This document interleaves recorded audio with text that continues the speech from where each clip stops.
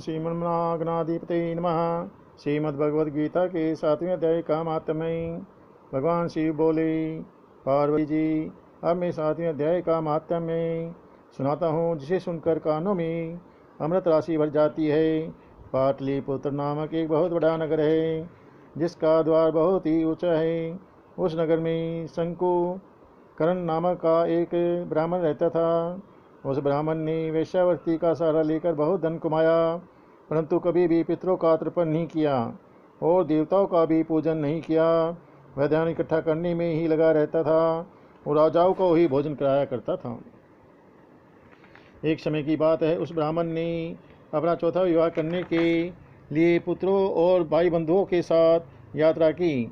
मार्ग में आधी रात के समय जब वह ब्राह्मण सो रहा था तो एक सांप ने आकर ब्राह्मण के हाथ में काट लिया।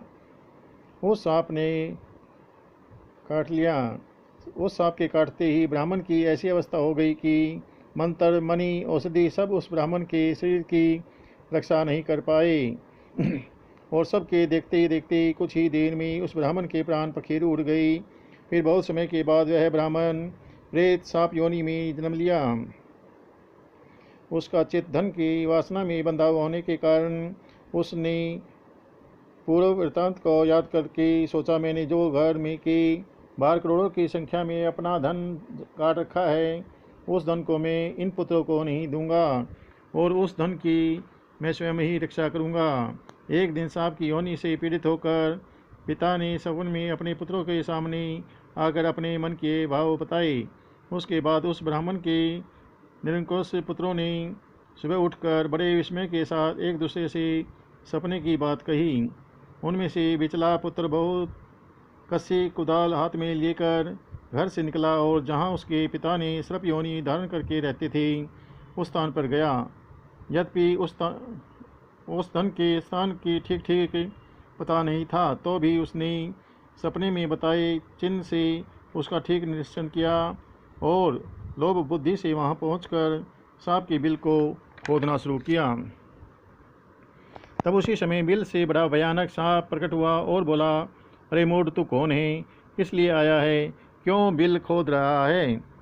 अथवा किसने तुझे भेजा है? यह सारी बातें मेरे सामने बता। पुत्र बोला, मैं आपका पुत्र हूँ, मेरा नाम शिव है। मैं रात्रि में देखे हुए सपने से विचलित होकर यहाँ का सोना लेने के कौतूहल से आया हूँ।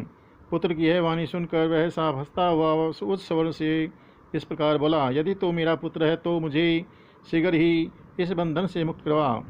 मैं पूर्व जन्म में गाढ़े हुए धन के ही लिए सर्प योनि में उत्पन्न हुआ हूँ।